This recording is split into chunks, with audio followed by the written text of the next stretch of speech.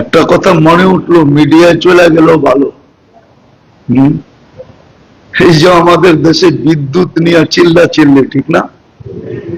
কিন্তু একটা সুন্নতের উপরে যদি আমল করে তাহলে বিদ্যুতের সমাধান হয়ে যাবে। যদি ফজরের পর থেকে আসর পর্যন্ত বেচা কিনার সিস্টেম হয়, হাট বাজারের সিস্টেম হয়, অফিস আদালতের সিস্টেম হয়, যেটা আফ্রিকার অনেক দেশে আছে, আমি চোখে দেখে বলতেছি, আফ্রিকার অধিকাংশ দেশের সিস্টেম হলো ফজরের পর থেকে বাজার খোলা যাবে, সূর্য ডুবার আগে সব বন্ধ হয়ে যাবে। এটা সুন্নত। আল্লাহ রসুলের দোয়া লাগতো।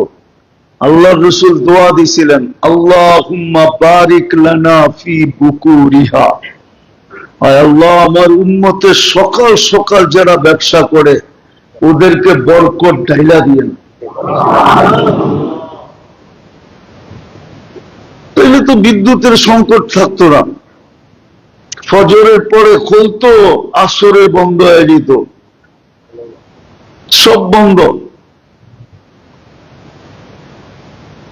এখন তো খোলে 10টায়, বন্ধ করে রাত্র 1টায়। এই জন্যই তো ক্রাইসিস, এই জন্যই তো বরকত নেই। জান আপনি,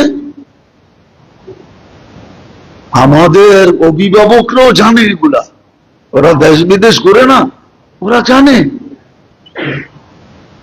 এই তথ্য ওদের কাছে আছে, কিন্তু প্রতিফলন করে না। কোরা দেখুক 6 মাস, বিদ্যুতের সংকট দূর হয়ে যাবে।